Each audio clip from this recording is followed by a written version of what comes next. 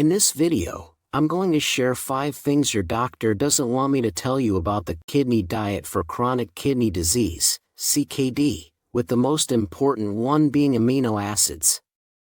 Check out this groundbreaking research. It just proved that even diabetic CKD patients can avoid dialysis by following a very low-protein diet, as long as they supplement with prescription amino acids.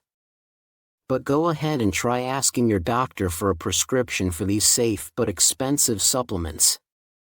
Do you know what their answer will be? So the question is your doctor helping you or holding you back? This is crucial because for some patients, it's easy. Their doctors support them in making the right changes. But for others, it's a struggle every step of the way.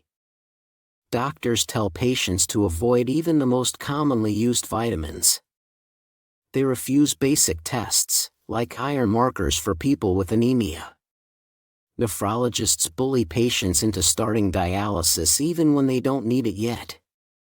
Yes, I wish I didn't have to say this. Because yes, there are 5 things skinny doctors don't want me to talk about.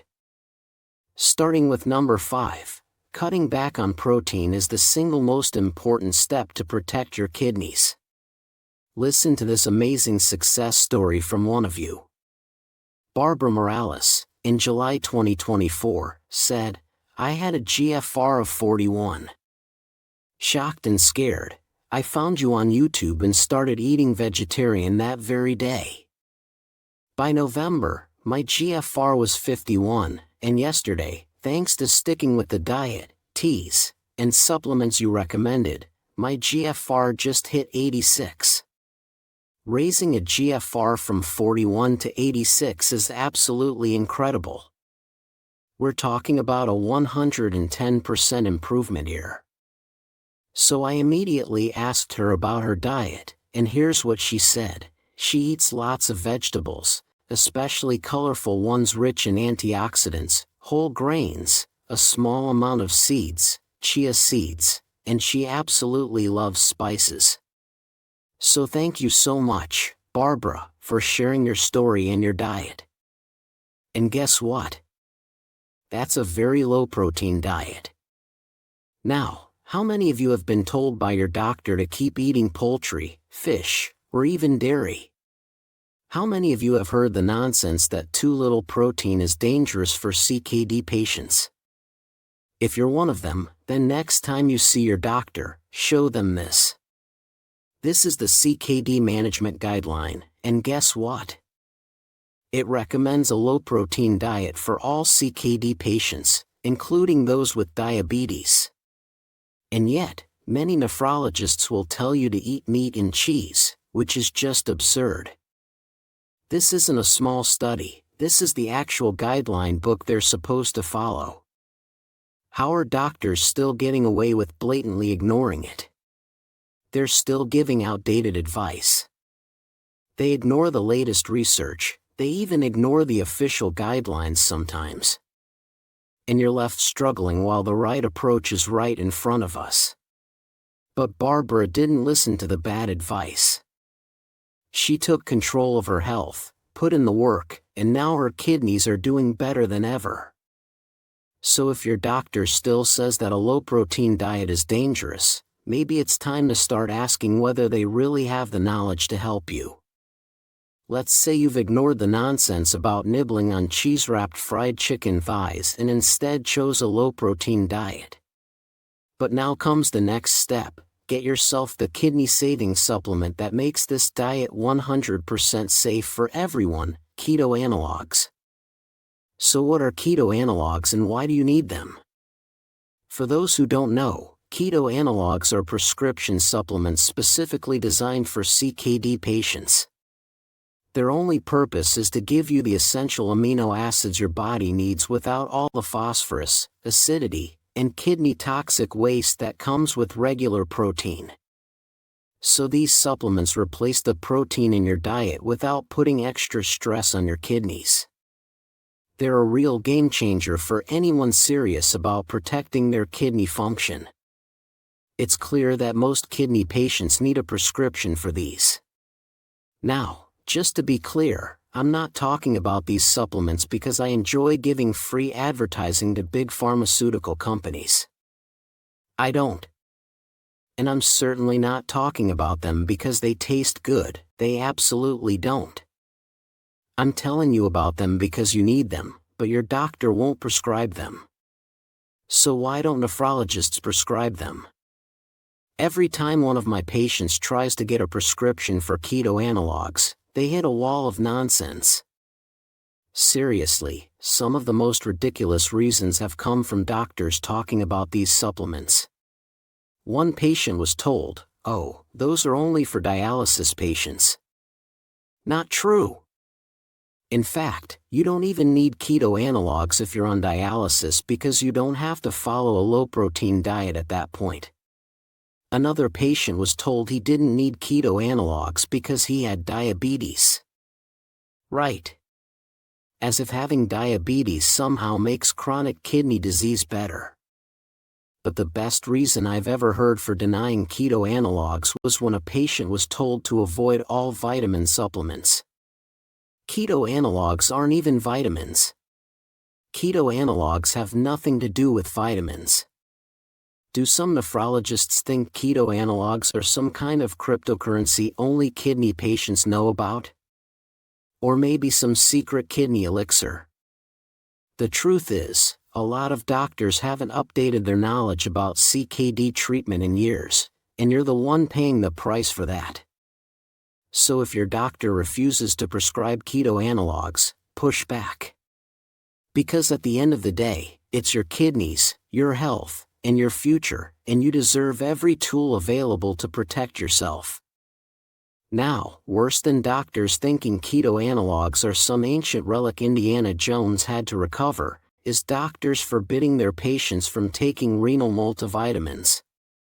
Imagine being told you can't even take a renal multivitamin, a supplement with essential nutrients that's specifically designed to be completely safe for all kidney patients.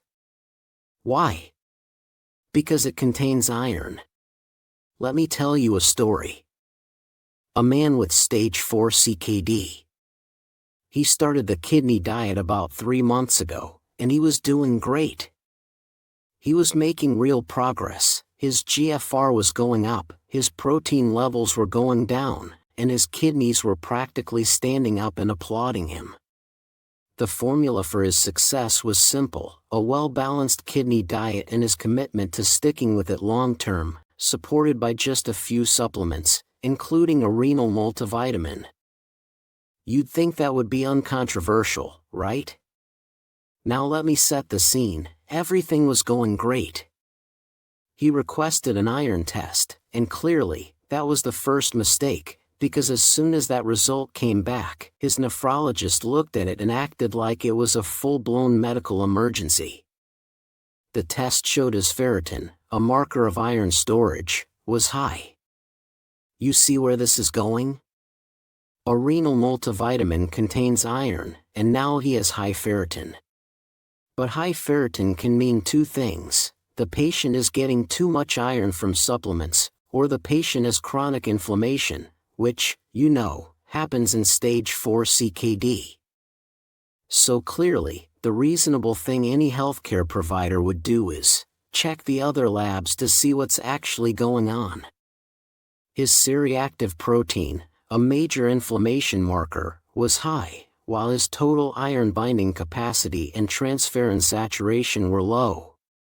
This man wasn't overdosing on iron, he was inflamed from CKD.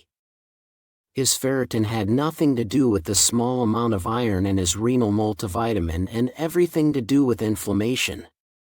So what did this brilliant, highly educated nephrologist tell him to do? A. Address the inflammation. B. Recommend proper treatment for anemia. C. Order further tests to identify the cause.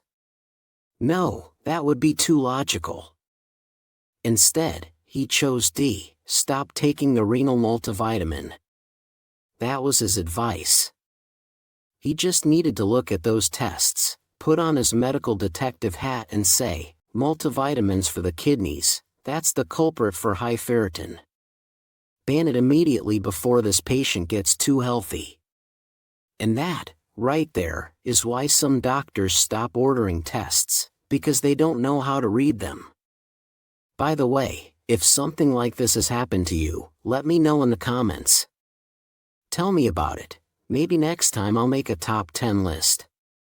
Now, when you hear about this, you might think all doctors are clueless and that you shouldn't trust them, but actually, the opposite is usually true.